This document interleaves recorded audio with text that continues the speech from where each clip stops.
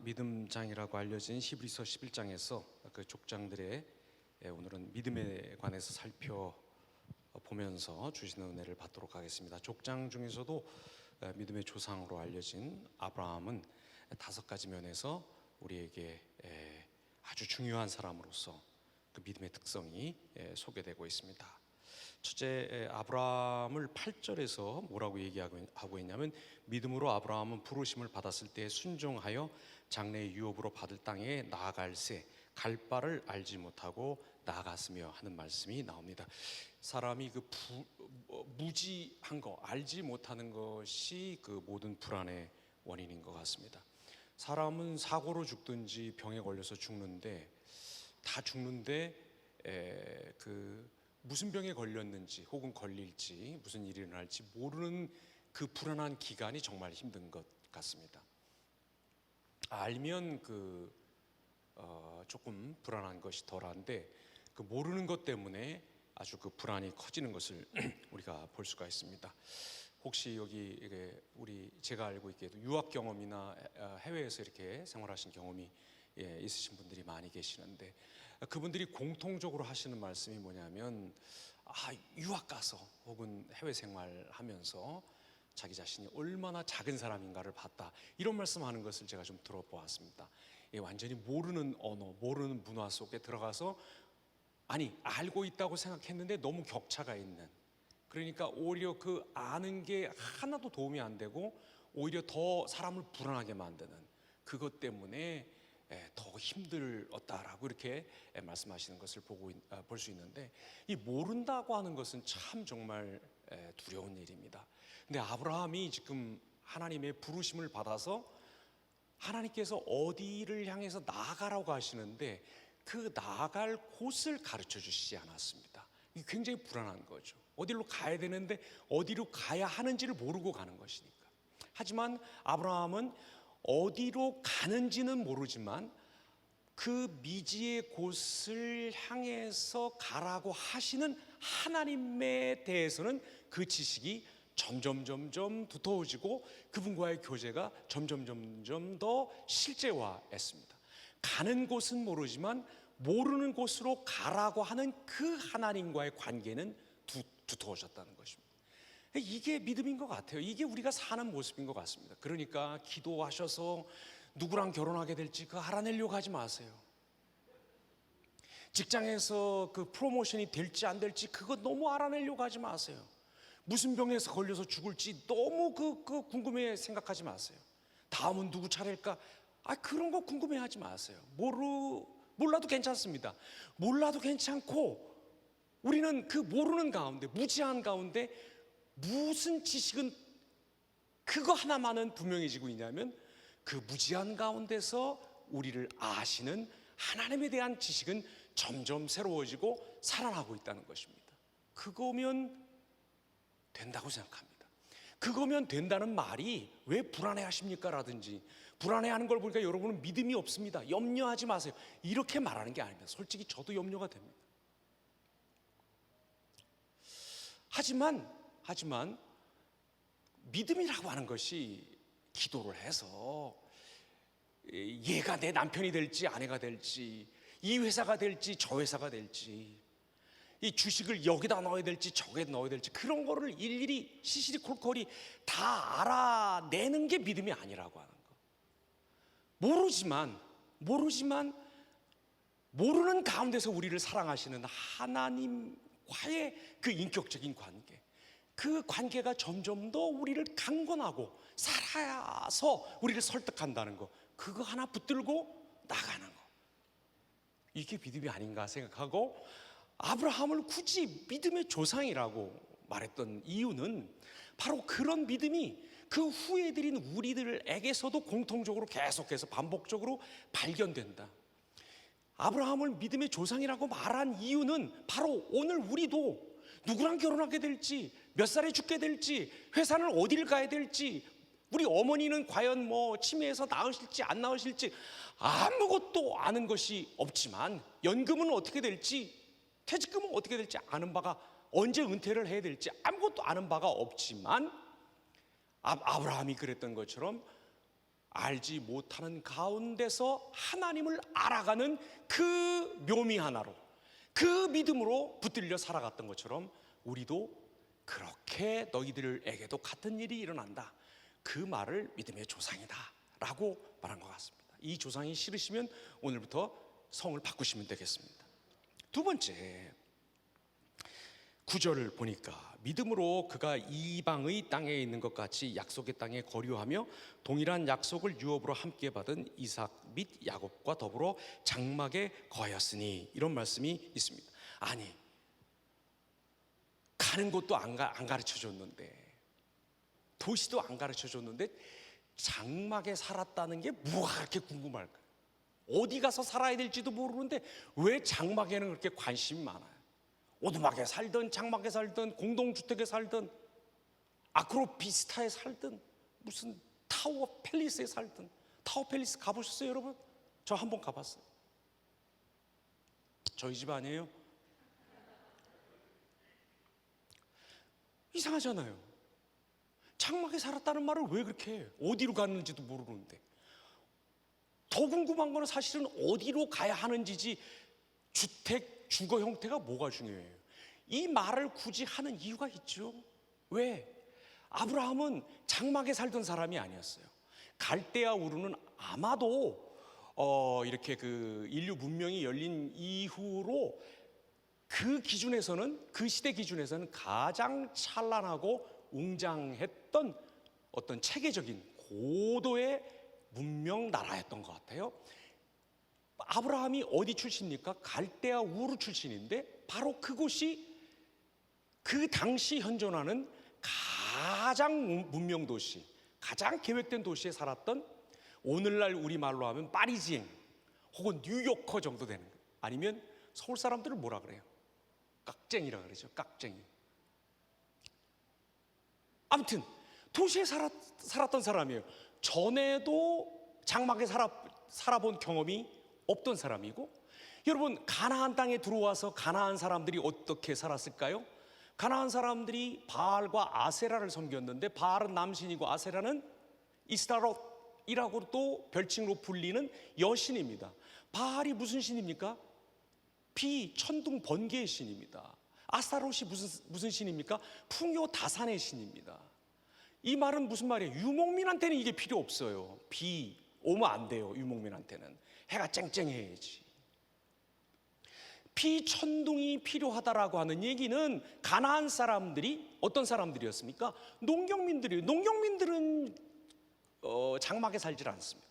농경민은 그래도 뭐 흙으로 구웠다든지 뭐 벽돌로 만들었다든지 최소한 그런 주택에 들어가서 살지, 장막에 살 필요가 없는 사람들입니다. 장막에 살았다는 얘기는 아브라함이 이전에도 그렇게 살아본 적이 없고, 지금도 대다수의 사람들이 그렇게 살지 않는데 이 사람만 이렇게 살았다는 얘기입니다. 이 말은 무슨 말입니까? 아브라함 삶의 지금 형편이 어떻다는 거예요? 가나안 땅에 사는 사람들의 주류 문화, 그 사람들이 향유하는 삶의 수준이랄지, 뭐 어떤 뭐 삶의 무슨 뭐 그 뭐라 그래, 스테이터스, 뭐 삶의 형편, 뭐 모습, 그런 것에 끼는 것, 그런 것에 꼭대기층에 올라가는 데에 아브라함 삶의 목적과 의미가 있지 않았다는 얘기예요. 그 얘기를 지금 하고 있는 거예요. 갈대아 우르에 잘 살고 있는 애를 데려다가 가나안에 넣었는데 가나안에서 장막 치고 살고 앉아 있는 거예요. 그 말이 무슨 말이냐? 아브라함을 하나님께서 갈대아 우르에서 빼내서 가나안에 집어넣으신 목적이 가나안에서 잘 되는 것이 아니라는 것입니다. 그렇다고 옛날에 살던 곳으로 돌아가는 것도 아니에요. 지금 있는 곳에서 잘 되는 것도 아니에요. 여기 성경 우리가 금비자매님 읽어주신 것처럼 성경을 보니까 아브라함에게는 어떤 하나의 비전이 있었냐면, 내가 연혼한 곳도 아니고 지금 살고 있는 것도 아니고 하나님이 경영하시는 삶의 상태, 하나님이 인정하시고 하나님이 기뻐하시고 하나님이 허락하시며 베푸시는 그런 삶이 따로 있다, 요 얘기를 지금 하고 있는데, 아브라함이 그거를 자기 주거 형태로도 표현하는 모습으로 지금 살고 있다는 것입니다. 그게 장막에 살고 있다는 얘기죠. 어떻습니까, 여러분? 우리는 왜 지금 살고 있나요? 멋있게 살려고? 휴가 많이 얻으려고? 그런 직장에서 휴가 많이 얻어서 연봉 계약할 때마다 잉여가 생겨가지고 이걸 또 어디다 갖다 쓰나? 어디에다 투자를 하나? 예? 뭐 그런 거 하려고?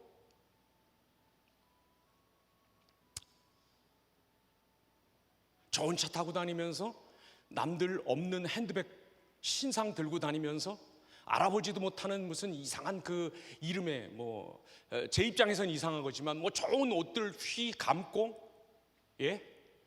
그러면서 무슨 그 아까 말씀드린 그런 고급 주택의 펜트하우스에서 아주 그 내가 하고 싶은 대로의 연애를 하면서 살아가는 거,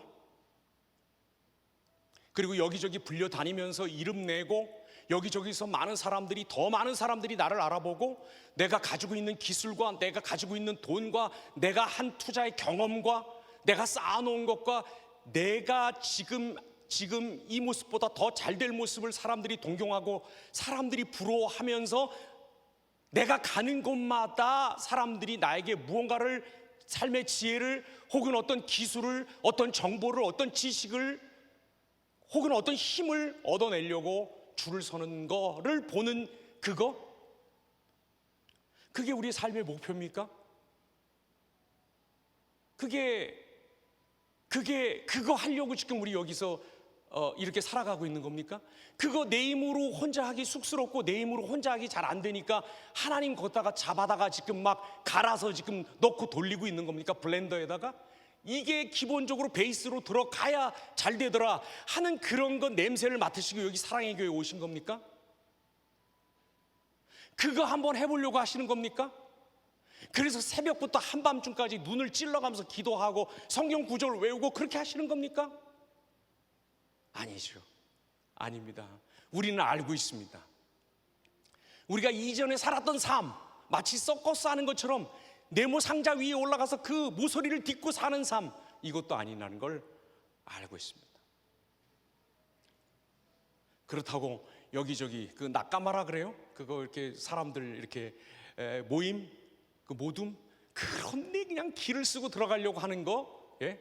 그것도 아니라고 하는 것을 우리는 알고 있습니다.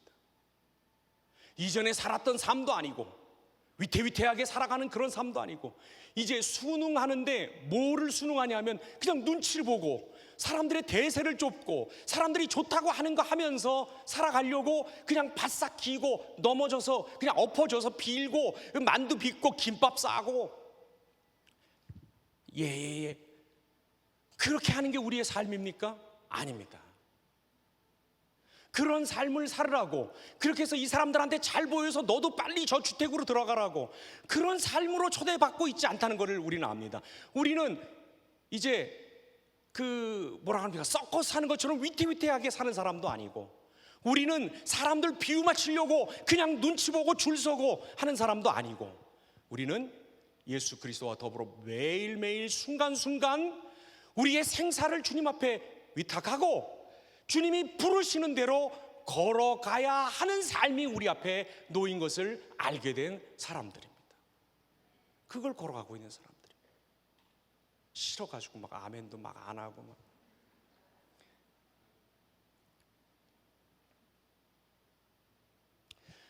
여러분, 이런 삶, 마치 아브라함이 장막에 살았던 것 같은 그런 삶,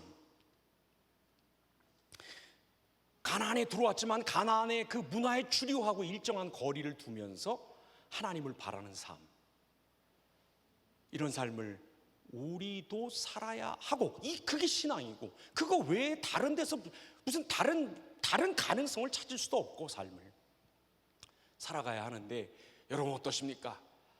갖고 있는 거, 이런 삶을 살기 위해서 갖고 있는 거 버리는 게 쉽겠습니까? 처음부터 없는 게 쉽겠습니까? 처음부터 없는 게 쉽습니다. 그렇죠? 여러분 만약에 미모가 있어서 보세요. 이거 버리기 아주 힘듭니다. 여러분 돈이 있어서 보세요. 여러분 학벌이 있어서 보세요. 여러분 무슨 힘이 있어서 보세요. 프레스티지 뭐 이런 게 있어서 보세요. 무슨 삶에 무슨 대단한 전망, 약속, 세상으로부터의 그런 게 있어서 보세요. 그거 버리느라고 얼마나 힘들겠습니까? 맨날 그 잘생긴 얼굴 감추려고 그냥 너울을 쓰고 다녀야 되고, 히잡 뭐 이렇게 부르카 이런 거 두르고 다녀야 되고, 이쁜데 안 이쁘다고 막 그냥 여기다 뭐 묻히고 다녀야 되고, 칠칠 맞은 척 해야 되고, 돈 있는데 없는 척 해야 되고, 걸어 다녀야 되고, 대중교통 이용해야 되고, 집 어디인지 가르쳐 줄 수도 없고. 여러분, 하나님 우리 얼마나 사랑하시는 겁니까? 이 세상에 살고 있으나 이 세상 사람들이 그 올라가고자 하는 그 꼭대기에 올라가려고 하는 그런 삶, 그런 삶이 아니라는 거, 그거를 알고 거기에 최적화하고 그것을 위해서 많이 갖고 있는 것들을 하나씩 하나씩 버려나가는 것보다도 애초부터 그게 없어서 별로 건강이 없고 별로 돈이 없고 별로 그렇게 뭐 집안도 대단치 못하고, 이게 얼마나, 말하다 보니까 조금 좀 이상하긴 한데 이게 얼마나 감사할 일이냐고. 얼마나 감사합니까? 건강 없어 보세요. 저처럼 뭐 심방세동 해가지고 심장이 뛰었다 안 했다 이러고 막 심전도가 막 한 번은 뭐 이상하게 막 이렇게 나오고, 뭐 심박수가 이렇게 나왔다 저렇게 나왔다 막 이렇게 해보세요.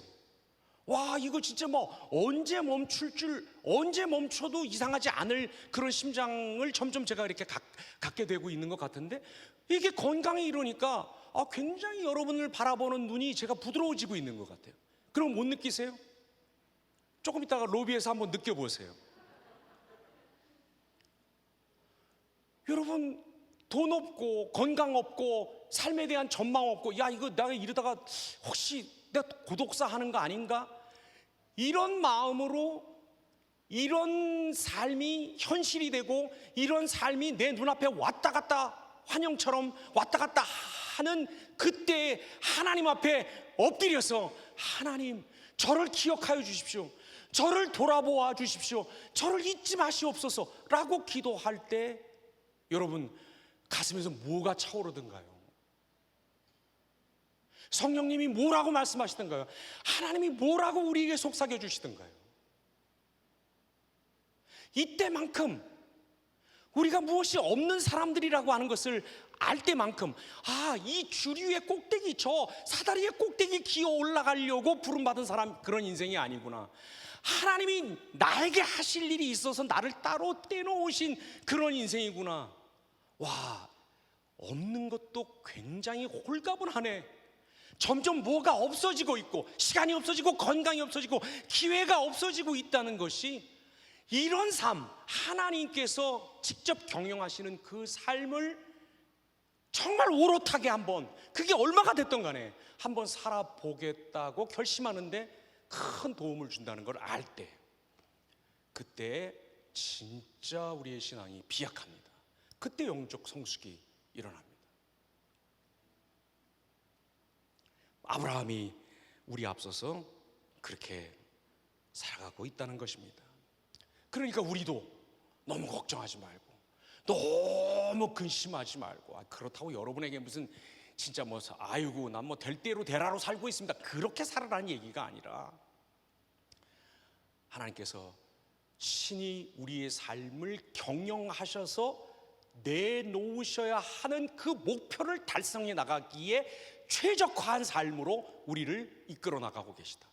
우리가 이 세상의 주류와 꼭대기가 아니라 하나님께 인정을 받는, 하나님의 다스림을 받는 그 상태로 더 깊이 들어가기 위해서 주님께 더 엎드리는 삶을 살아나가고 있다, 그렇게 되고 있다 하는 것을 우리가 알고, 그거를 감사하고 그것을 기뻐하면서, 그래요 뭐 좀 꼭 무슨 뭐 거기 무슨 뭐 거기 뭐 110층짜리라나 뭐 그런데 뭐 85층에 가면 뭐 예약을 3년 전에 해야 뭐 먹을 수 있다는, 그런데 꼭 안 가면 어때요?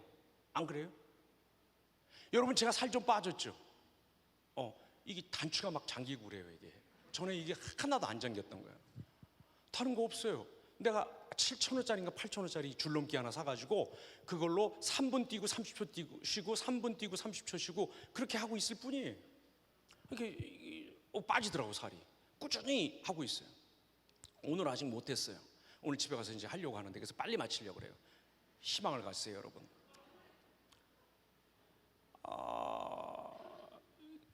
뭐 이렇게 큰 돈 안 들이고도 재밌게 살 수 있는 길들이 있는 것 같더라고요, 여러분.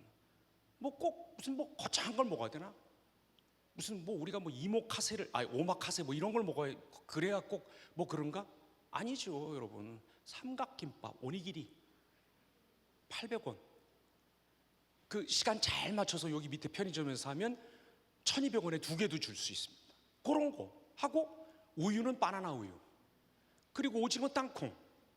이제 곧 교회가 열리면 뭐 먹어도 된다 그러면 제일 처음에 교회에서 먹고 싶은 게 바나나 우유하고 오징어 땅콩. 그 다음에 그 홈런볼, 그 다음에 치키치칸가 뭔가 그런 거, 촉촉한 그 초코칩, 이런 걸 먹으면서 하나님을 논하십시다. 전철을 타고 다니면서 곧 여러분 지공세대가 되실 터이니, 지하철 공짜가 되실 터이니 가까이 오시는 분들이 꽤 계세요. 저는 엄청 자부심을 느끼고 있습니다. 곧 될 겁니다. 그때까지 기도원을 뭐 나가네 들어오네 그러지 말고 계속 버텨서 우리 다 같이 지하철 공짜 패스를 가지고 자유롭게 모든 것을 전도하러 다니고 주의 복음을 전하러 다니면서 주일마다 여기 모여서 삼각김밥 하나, 바나나 우유 하나, 그리고 홈런볼, 이걸로 만족하고 하나님을 누리고 하나님을 노래하고 하나님을 찬양하고, 그런 아브라함 같은 사람들, 가나안에 들어와서도 장막에 거하는 사람들이 됩시다. 아멘 하니까 또 그게 또 좀 12절 세 번째, 이러므로 죽은 자와 같은 한 사람으로 말미암아 하늘의 허다한 별과 또 해변의 무수한 모래와 같이 많은 후손이 생육하였느니라. 이 아브라함 신앙의 특징 하나가 생육입니다. 여러분, 사라가 불임이었습니다. 아브라함이 불임이 아니었어요. 이 사라의 불임이 굉장히 큰 의미를 갖습니다. 뭐냐면 하나님이 생육하고 번성하고 땅에 충만하고 다스리라 그랬는데 그 명령이 안 먹히는 세상이, 현실이 심지어 믿는 자에게도 닥쳤다는 얘기입니다. 그렇죠? 그 다음에 또 하나 뭡니까? 창세기 12장 2절에 보면 하나님께서 너로 큰 민족을 이루겠다고 하는데 민족이 나올 길이 없어요, 지금. 자, 이럴 때 이 시대와 이 시대인들의 해결 방법이 하나 있었습니다. 여자는 재산 비슷한 거였기 때문에 사라 대신에 다른 여자를 데려다가 후손을 잇게 하면 그뿐입니다. 그리고 그렇게 해봤어요, 아브라함이. 그런데 그게 폭망했어요. 그것 때문에 온 집안이 난리가 나고 뭐 복잡하고 굉장히 시끄러운 일들이 많이 생겼습니다.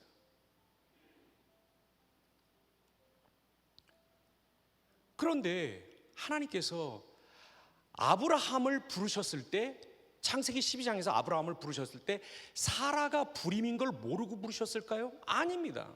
하나님 사라 불임인 걸 알고 부르셨어요. 그 말은 무슨 말입니까? 하나님의 방법으로 인간의 문제, 성도들의 문제, 우리가 고민하고 눈물을 흘리면서 기도하고 있는 이 삶을 하나님이 하나님의 방법으로 하나님의 때에 해결하심으로써 하나님이 누구인가를 보여주고 싶어 한다는 것을 하나님이 말씀하시는 것입니다. 그러니까 인간적인 방법이 실패하는 거예요. 아, 내 아내가 불임이구나, 저기가 문제구나, 그러면 여자를 바꾸면 되겠구나, 이런 얄팍한 수를 썼는데 하나님은 그게 아니라고 말씀하셨어요. 오히려 사라의 불임을 통해서 이 부부에게 하나님이 누구신가를 확실하고 분명하게 알려주셨어요. 야, 아브라함아, 너 그저 한 100년 정도 사는 인생 이 땅에서 그렇게 잘 되고 싶으냐? 그래서 나까지 그냥 막 데려다가 그냥 도깨비 방망이로 갈아가지고 여기 조금 저기 조금, 네 사업의 성공과 네 가정의 성공과 네 그 안전한 결혼과 너의 그 잘난 그 장래에다가 나를 갈아 이렇게 넣는 거냐? 아니면 네가 지금 이 세상 사람들의 축에도 못 끼는 저기 맨 끝에 자리에 가서 루저 이걸 뒤집어 쓰고 앉아있다 할지라도 너를 통해서 내가 이 세상의 하나님이라고 하는 것을, 너를 통해서 내가 이 세상을 어떤 세상, 사람을 어떤 사람, 이곳을 어떤 곳으로 만들어 나가겠다고 하는 것을 보여주는 그런 쇼케이스로 살고 싶은 것이냐라고 하나님이 사라의 부림을 통해서 아브라함 가정에 물으신 것입니다. 하나님은 무슨 펑 하고 빨래터에서 터져 나오셔가지고 이 도끼가 네 도끼냐, 이 옷이 네 옷이냐, 그런 거 모르시는 그런 하나님이 아니십니다. 기껏 살아야 100년 사는데 그거 잘 먹고 잘 살게 해주려고 그런 분이 아니십니다. 하나님은 우리의 모든 결핍과 우리의 모든 문제들을 통해서 하나님이 온 우주 만물을 여전히 붙들고 계시고 우리를 세밀하고 세세히 간섭하시며 우리를 사랑하실 때 조건 없이 무한히 사랑하시는 하나님이심을 보여주시려고 하십니다. 이게 내가 이 세상에 지어내려고 하는 인간 원형이다. 내가 이런 가정, 이런 사회, 이런 교회, 이런 인생을 짓고 싶었단다 라고 하는 것을 문제 있는 우리들을 통해서 보여주시려고 하는 것, 그게 바로 사라의 부림이었습니다. 하나님이 하시면요 죽은 사람 살려내십니다. 죽은 사람뿐만 아닙니다. 하나님 하시면 오늘 이게 여기서 뭐 이렇게 진짜 막 사랑의 짝대기 같은 거 거져가지고 뭐 전부 매칭이 되셔가지고 오늘 이 자리가 가나 혼인잔치가 되게 하실 수도 있습니다. 하나님 얼마든지 그런 일들을 행하실 수 있습니다. 우리에게 직면한 삶의 모든 우리 눈으로 봐서는 역기능이고 저기능인 문제들, 예를 들어 실업이라든지 질병이라든지 비혼이라든지 저소득 등등등등등등, 이런 모든 것들이 하나님의 손에 붙들려서 하나님이 겨우 이 세상에서 우리 잘되게 좀 해주고 죽을 때 예쁜 간호사 품에 안겨서 좋은 병원에서 죽어서 수의 한 300만 원짜리 입고 불가마에 들어가는 그런 인생이 아니라 하나님과 더불어 영원히 하나님의 통치를 받고 그의 사랑과 그의 인자와 그의 높으심과 그의 빼어난 솜씨를 영원히 찬송하는 그런 존재로 우리를 이 땅에 세우시고 실제로 그렇게 보여주어 나가시려고 하는 그 하나님의 손에 오늘도 우리가 다시 한번 억세게 잡히는 그런 우리가 되기를 바랍니다. 그렇게 한번 살아보려고 오늘 다시 한번 기도하고 정말 우리의 그 영적인 그 발뒤꿈치를 드는 그런 오늘 하루가 되기를 바랍니다. 19절에 보니까 이런 말씀이 나옵니다. 네 번째입니다. 그가 하나님이 능히 이삭을 죽은 자 가운데서 다시 살리실 줄로 생각한지라 비유컨대 그를 죽은 자 가운데서 도로 받은 것이니라. 이삭을 드리는 일에 대해서 조금 오해를 푸시길 바랍니다. 야, 하나님이 바치되니까 그냥 사라하고 은원도 없이 갖다 바치는구나. 이스마엘이라고 하는 숨겨둔 자식이 있어서 저렇게 만만한 건가? 뭐 별별 생각을 다 할 수가 있는데요, 여러분 그렇지 않습니다. 이 시대 사람에게 물어봅니다. 인생의 목적이 무엇입니까? 그럼 이 시대 사람들 뭐라고 대답하겠습니까? 예, 신에게 바쳐진 인생이 되고 싶습니다. 이게 이 시대 사람들의 유일한 삶의 목적이었습니다. 오늘 우리에게 물으면 더 많이 벌어서 멋진 남자, 예쁜 여자 만나서 뭐 60 매칭에서 무슨 뭐 LCT에서 무슨 어디에서 사는 게 한 상장사 직원들 한 2만 명 거느리고 사는 게 아니 그거 너무 골치 아프니까 조물주 위에 건물주 큰 건물 몇 개 이렇게 해서 나 그 세 받으면서 여기 겨울에는 저기 호주에 가서 있고, 여기 여름에는 뭐 저기 또 뭐 어디 가서 그린란드 같은 데 가서 있고, 나 그런 삶이 꿈입니다. 우리는 이렇게 대답하겠지만 이 시대의 사람들은 신에게 합이라는 인생, 신에게 귀의하는 인생, 신과 하나된 인생, 받쳐진 인생, 이게 이 사람들의 꿈입니다. 근데 하나님 뭐라 그러십니까? 번제로 드리라 그랬습니다. 만약에 하나님께서 이삭을 죽여라 그랬으면 아브라함은 그 명령 받들지 않았을 것입니다. 번제로 드린다는 것은 인간이 신에게 바쳐지는 거 아닙니까? 그러니까 얘는 얘 인생 목적을 이뤘구나. 좀 아쉬운 점은 있지만 인생으로 태어난 그 목적을 이루는 거니까 뭐 그거 드리자, 이렇게 해서 하나님 앞에서 이삭에게 그 환도를 내리치는 그런 장면을 연출한 겁니다. 아니, 그렇게 시행한 겁니다. 근데 하나님께서 그것을 받지 않으셨다라고 하는 게 무엇을 뜻합니까? 맞아요. 인간은 하나님께 바쳐져야 합니다. 그런데 하나님의 방법으로 바쳐져야 됩니다. 하나님의 방법으로 우리가 바쳐진다는 것에 유일하게 하나님이 인정하실 만한 방법이 뭡니까? 바로 예수 그리스도에 포함되어서 바쳐지는 것입니다. 사람이 아무리 자기를 죽여서 피를 철철 흘리고 자기를 생으로 태워서 그 연기를 갖다 드린다 한들 하나님이 그거 맞고 향기롭다 그러시는 분이 아닙니다. 그 피를 보고 기뻐한다고 그러시는 분이 아닙니다. 이거 다 역겹다고, 야 이게 무슨 냄새냐고, 너 왜 이러냐고, 너 미쳤냐고 그러십니다. 하나님이 받으실 만한 유일한 삶이 있다면 그것은 예수님이 살았던 삶이고 예수님의 삶입니다. 우리가 하나님께 바쳐지는 유일한 인생이 되는 유일한 길은 무엇입니까? 예수 믿는 것입니다. 예수님이 우리를 위해서 바쳐진 것을 믿는 것입니다. 그걸 받아들이는 것입니다. 완벽하게 그가 나를 위해서 바쳐진 분이 되셨다고 하는 것, 그걸 받아들이는 것입니다. 매 순간 그래서 그걸 인정하는 것입니다. 그걸 높이는 것입니다. 그 정신과 그 얼로 결정하고 느끼고 선택하고 탐문하며 더듬어 살아가는 것, 이게 바로 하나님이 받으시는, 하나님께 바쳐진 유일한 인생의 길인 것입니다. 그리고 이걸 가리켜서 다른 말로 구원받았다 이렇게 말씀하시는 것입니다. 아브라함은 이삭을 갖다가 이렇게 갖다가 바치면 얘도 그리고 내 믿음도 다 입증이 되는 건가 해서 칼날을 내리치려고 했지만 하나님은 받지 않으셨습니다. 내가 받는 유일한 헌신은, 내가 받는 유일하게 나를 만족시킬 수 있는 인생은 이거 아니다. 이때 아브라함은 그림자로서, 멀리서 오는 그림으로서 예수님의 십자가와 그분의 부활을 보았을 것입니다.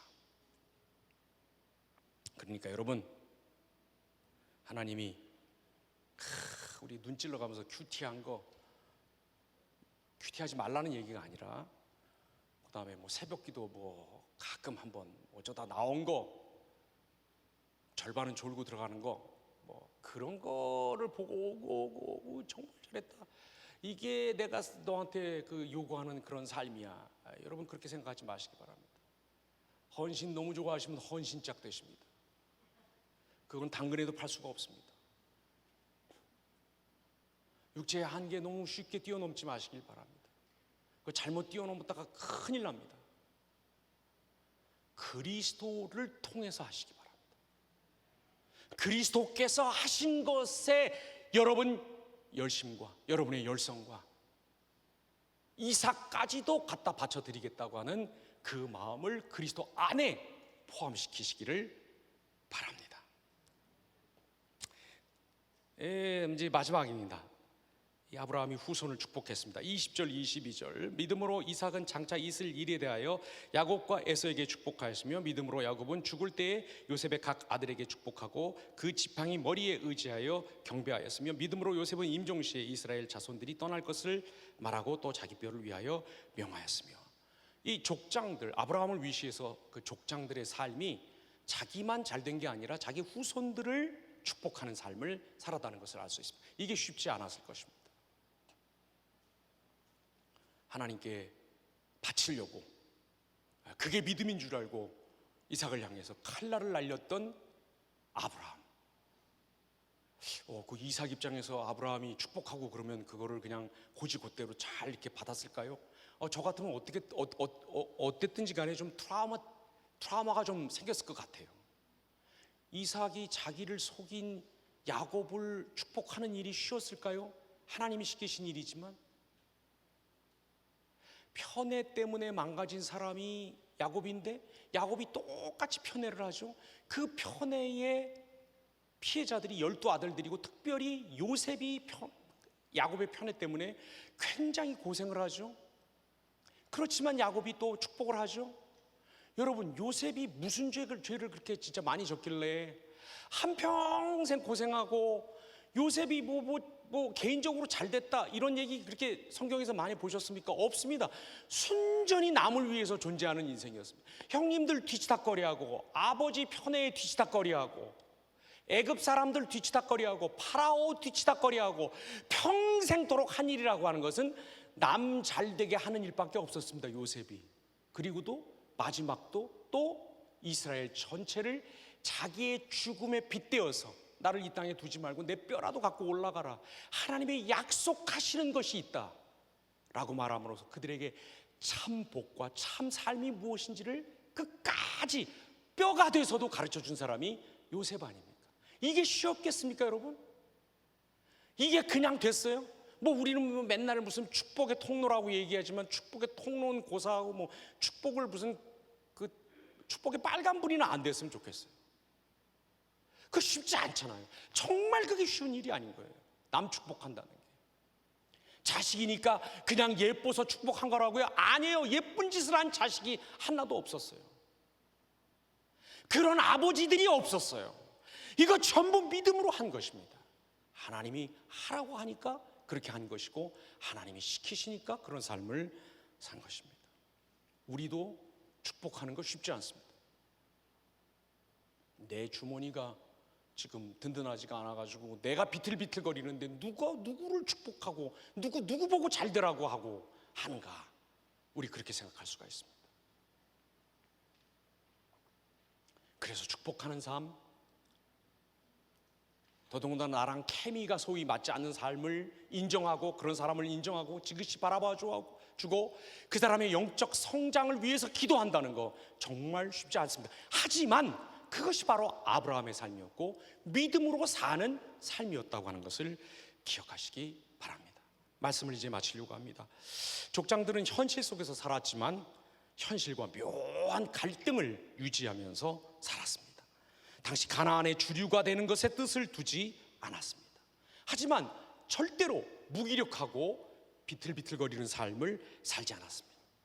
아브라함, 이삭, 야곱 보니까 전부 로맨티스트들, 열성적으로 살았던 사람들이고 뜨거웠던 사람들이고 어떤 때 그들의 뜻이, 그 사람들의 뜻이, 결행이 하나님을 앞설 정도로 내가 지금 70명이나 이끄는 가장인데 여기서 이렇게 굶어 죽으면 안 되겠구나. 애굽 내려가면 내려가는 겁니다. 죽으면 죽는 겁니다.